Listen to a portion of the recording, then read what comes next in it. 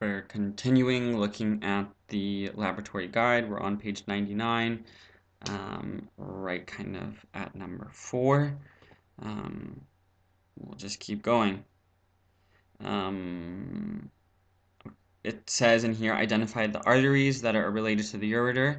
We mentioned in the previous video which two arteries or which two structures, right? The uterine artery, which crosses in women, and the ductus deferens in men. And what else? Yes, that's it. Detrusor muscle, trigone of the bladder. Remember, trigone of the bladder, the top 2 points of the triangle. Top 2 points of the triangle are going to be where the ureters come in, and the bottom point of the triangle is going to be where the urethra comes out, right? And in that triangle is going to be smooth. It's going to be an area of smooth muscle, right? The detrusor muscle is made up of rugae, but this trigone region is going to just be smooth muscle. That triangle right there is just smooth, right? So again, moving along, demonstrate the superior, the middle, and the inferior rectal arteries. So we said the middle is from the internal iliac. The rectal artery is from the internal pudendal, or the superior artery is going to be from the IMA, from the inferior mesenteric artery, and that's going to form an anastomosis and going to be a site of shunting, right? The anorectal junction is pulled into position by the puborectalis of the levator ani. Cool.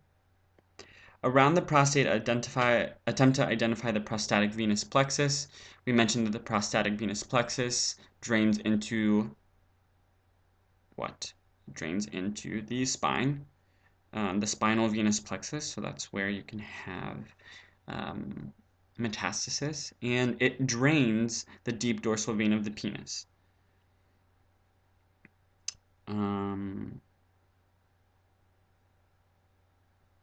Cool.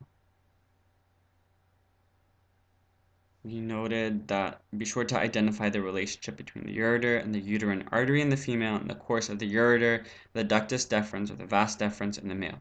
We mentioned both of those, okay?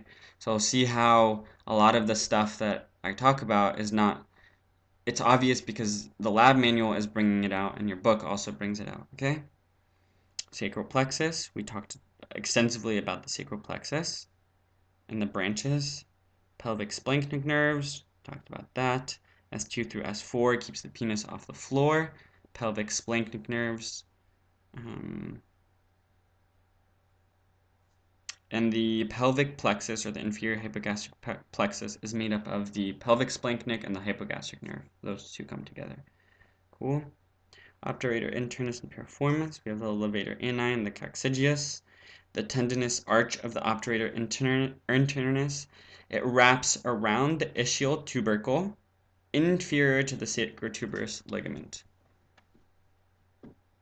Sympathetic chain, we have the 4 ganglia joined to form a single ganglia. That sympathetic chain comes down, and in the pelvis and the perineum forms a single one called the ganglion impar.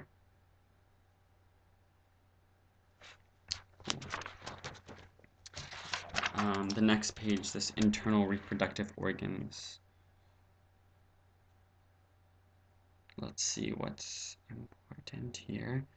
Cutting the ductus deferens is going to be a vasectomy. If you want to remember ductus deferens as vas deferens and vasectomy, vas take out, renders male sterile. The uterus, the body. The body of the uterus is where you're going to have implantation.